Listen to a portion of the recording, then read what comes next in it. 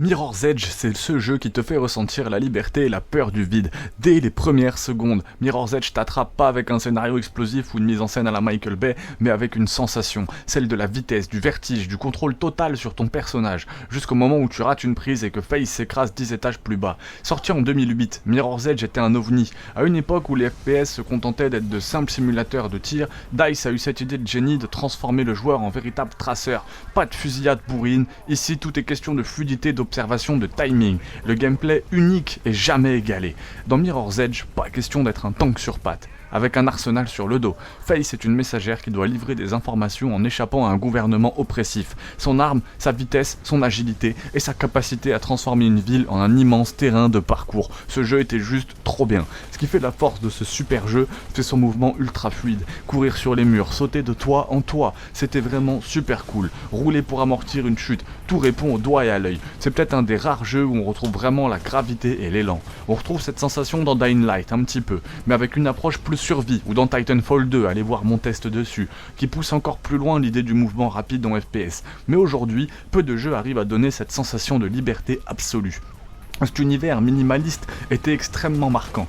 Visuellement, Mirror's Edge, si tu y as joué, tu t'en rappelles. C'est un bijou, son esthétique blanche et purée, ponctuée de touches de couleurs vives, donne un cachet unique, un contraste parfait entre pureté de l'architecture et brutalité du régime totalitaire qui gouverne la ville. Puis cette musique, l'OST de Solarfield, est vraiment une claque, ambiance électronique planante qui colle parfaitement au jeu et à qui, à elle seule, suffit à plonger dans cet univers. Si tu écoutes Still Alive, tu ressens immédiatement cette nostalgie d'un jeu qui a marqué les esprits, un chef-d'œuvre vraiment incompris. À sa sortie, Mirror's Edge a divisé, trop court, trop exigeant, trop différent des FPS classiques. Mais avec le temps, c'est devenu un jeu culte, parce que tout ça, en fait, c'était des qualités. C'est un de ces titres qui a marqué leur époque par leur originalité. Sa suite, Catalyst, a tenté de transformer l'expérience en monde ouvert, mais n'a pas retrouvé la magie du premier jeu, qui était vraiment magnifique. Comme quoi, parfois, vouloir trop en faire peut dénaturer un concept parfait à la base. Alors pourquoi Mirror's Edge est un jeu à découvrir ou redécouvrir ? Absolument,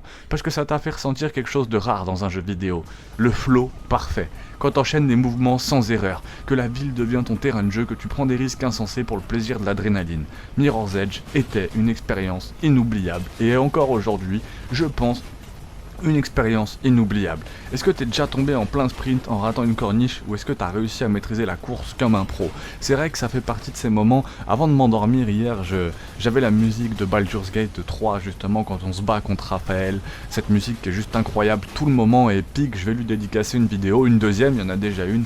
Et en fait Mirror's Edge c'est un peu pareil. Il y a cette ambiance où il suffit de voir un élément rouge, par exemple une plaque d'égout, mais je pensais pas à une plaque d'égout, je pensais plutôt à une gouttière rouge contre un mur et vous savez que c'est Mirror's Edge quoi.